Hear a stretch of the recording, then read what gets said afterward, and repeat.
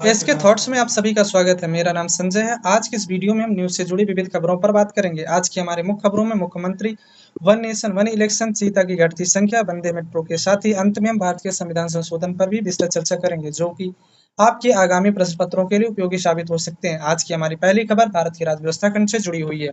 दोस्तों, हाल ही में दिल्ली के मुख्यमंत्री अरविंद केजरीवाल ने यह घोषणा की है कि वह मुख्यमंत्री पद से इस्तीफा दे रहे हैं।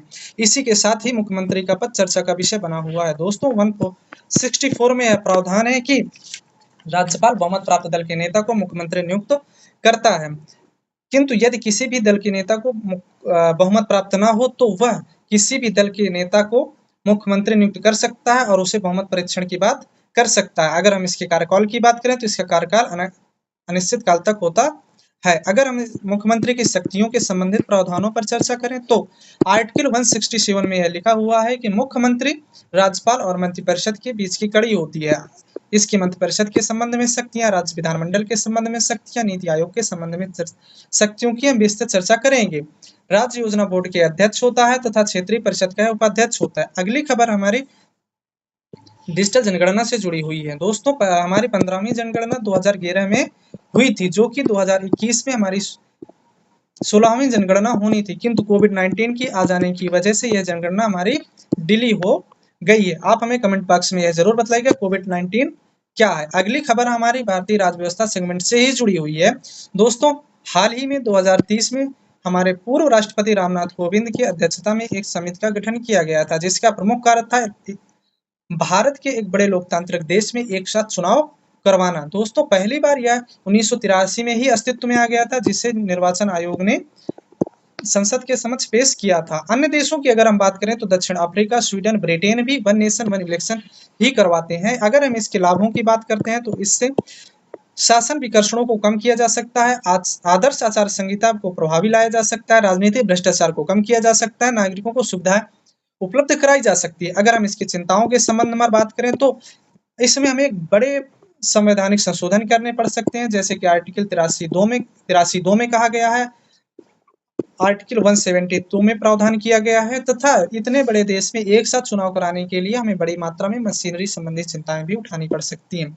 अगली खबर हमारी आर्थिक प्रबंधन से जुड़ी हुई है, जो राज्यवार नीतियों को प्राथमिकता देने की बात कह रहा है। अगली खबर हमारी इकोनॉमिक सेगमेंट से जुड़ी हुई है। दोस्तों, यूपीआई का फुल फॉर्म होता है यूनिफाइड पेमेंट इंटरफेस। यह डिजिटल इंडिया के बढ़ते प्रभाव में यूपीआई चर्चा का विषय बना हुआ है। हमारे प्रश्न पत्रों में यूपीआई की फुल फॉर्म से संबंधित क्वेश्चन रख सकता है। अगली खबर हमारी जलवायु परिवर्तन तथा कार्बन के अवशोषण से जुड़ी हुई है। उष्णकटिबंधीय वनों में 11% वृद्धि के साथ में कमी कार्बन अवशोषण होने पर प्रभाव से जुड़ी हुई है। दोस्तों, अगर हम अपने ग्लोब की बात करें तो ये हमारी 0 डिग्री विषुवत रेखा है। उष्णकटिबंध, उपोष्णकटिबंध, शीतोष्णकटिबंध, शीतोष्णकटिबंध तथा ये हमारा जो है, ये हमारा 90 degree north and 90 degree south होता है। ये रेखा हमारे 23.5 डिग्री की बात करता है और यह हमारा 66.5 डिग्री की बात करता है। ये हमारे नॉर्थ होता है और ये हमारा 23.5 डिग्री साउथ और 66.5 डिग्री साउथ होता है।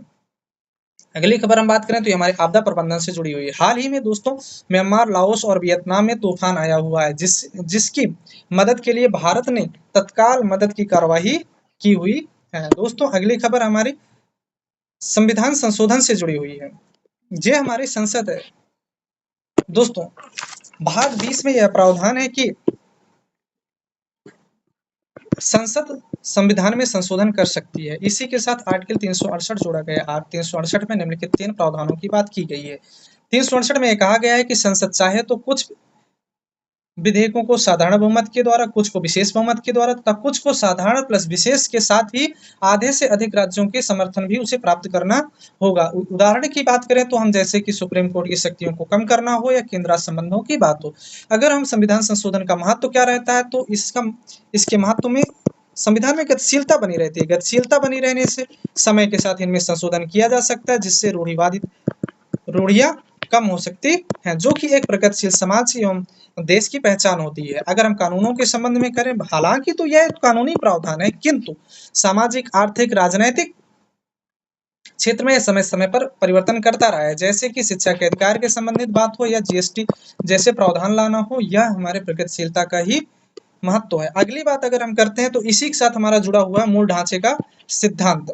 मूल ढांचे का सिद्धांत क्या है, इसके बारे में आप हमें कमेंट बॉक्स में जरूर से जरूर बतलाइएगा। दोस्तों आर्टिकल 13(2) में विधि की विस्तृत व्याख्या सामने आती है, जिसमें यह लिखा हुआ है कि संसद ऐसा कोई भी कानून नहीं बना सकती है जो मूल अधिकारों को कम या समाप्त करती हो। यदि वह ऐसा कोई कानून बनाती है तो जिस सीमा तक वह मूल अधिकारों को कम या समाप्त करती है उस सीमा तक वह शून्य हो जाएगी। इसी के साथ हमारे विधि की विस्तृत व्याख्या सामने आती है। विधि की अगर हम बात करें तो साधारण अर्थ में और इसके व्यापक अर्थ में इसकी अर्थ या परिभाषा को हम समझ सकते हैं। साधारण अर्थ में अगर हम देखें तो साधारण बहुमत से जुड़ा हुआ है, जबकि विशेष या व्यापक अर्थ में हम देखें तो विशेष बहुमत से जुड़ा हुआ है, जिसमें लिखा है कि संसद चाहे तो विशेष बहुमत के द्वारा संविधान में संशोधन कर सकती है। इसी के साथ दोस्तों अगर हम बात करते हैं तो सुप्रीम कोर्ट के समक्ष कुछ केस आते हैं, जिसमें से हमारा पहला केस आता है शंकरी प्रसाद केस, जो कि 1950 का। इसमें कहा गया है कि संसद साधारण बहुमत से संविधान में संशोधन कर सकती है। सज्जन सिंह केस 1965 में कहा गया है कि संसद साधारण बहुमत से संविधान में संशोधन कर सकती है। किंतु गोलकनाथ केस 1967 में यह प्रावधान है कि संसद ऐसा नहीं कर सकती है। यदि संसद कोई ऐसे कानून बनाती है तो वह यदि मौलिक अधिकार को कम करती है तो जिस सीमा तक वह कम करती है उस सीमा तक वह शून्य हो जाएगी। इसी के साथ हमारे भविष्य लक्ष्य विधायन का सिद्धांत भी अस्तित्व में आता है। अगला संशोधन हमारा 24वां संविधान संशोधन से संबंध में जुड़ा हुआ है, जिसमें सुप्रीम कोर्ट ने यह कहा है कि संसद विशेष बहुमत के साथ संविधान में संशोधन कर सकती है। अगला यह संशोधन हमारा 1971 का है। 1973 में केशवानंद भारती केस होता है, जिसमें मूल ढांचे के सिद्धांत ही अस्तित्व में आता है। इसमें यह बात कही गई थी कि 24वां संविधान संशोधन अस्तित्व में रहेगा। इसके साथ ही संसद मूल ढांचे से संबंधित विषयों पर कोई संशोधन नहीं कर सकती है। मूल ढांचे के सिद्धांत से सामान्य सा अर्थ है कि सामाजिक, आर्थिक, राजनीतिक ऐसे विधि जो जिनके साथ ही संविधान अस्तित्व ही खत्म हो जाए उनमें संसद संविधान संशोधन नहीं कर सकती है। अगली बात अगर हम करें तो ये हमारी चीतों से जुड़ी हुई है। दोस्तों हाल ही में एमपी के कूनो नेशनल पार्क की एक खबर है, जिसमें से 17 सितंबर 2022 को नामीबिया से 8 चीतों को भारत लाया गया था और 17 सितंबर 2023 में दक्षिण अफ्रीका से 12 चीते लाए गए थे। इस प्रकार हमारे पास 20 चीते हो गए थे, किंतु 8 चीतों की हाल ही में मौत हो जाने की वजह से यह पुनः चर्चा में बना हुआ है। दोस्तों आप हमें कमेंट बॉक्स में यह जरूर बताइएगा कि कूनो नेशनल पार्क कौन सी नदी के किनारे विकसित है, और साथ ही आप प्रोजेक्ट टाइगर क्या है इसके संबंध में आप हमें विस्तृत जानकारी प्राप्त करेंगे।